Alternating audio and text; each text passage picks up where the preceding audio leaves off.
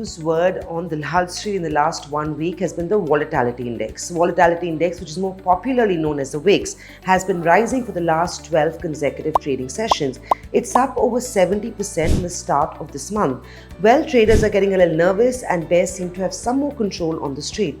But let's not forget that it's events and times like these that the VIX historically and always will continue to rise.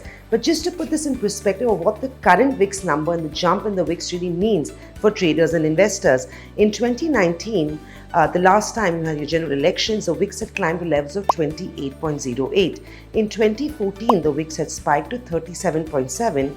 Currently, the VIX at a one-year high is at 18.46. What I'm trying to say is that VIX, while has risen quite sharply in the last few trading sessions, you must remember that it is still much lower than what we are used to seeing historically at events like these over the last decade or so. Also, once again, reassuring you that there is some sign of a semblance and nervousness is not as bad as you make or want to believe it is.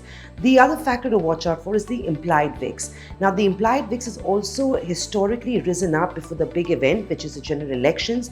In 2014, it started rising about 20 odd days ahead of the event. In 2019, it was 35 days. And guess what? In 2024, it has been rising from the start of Feb.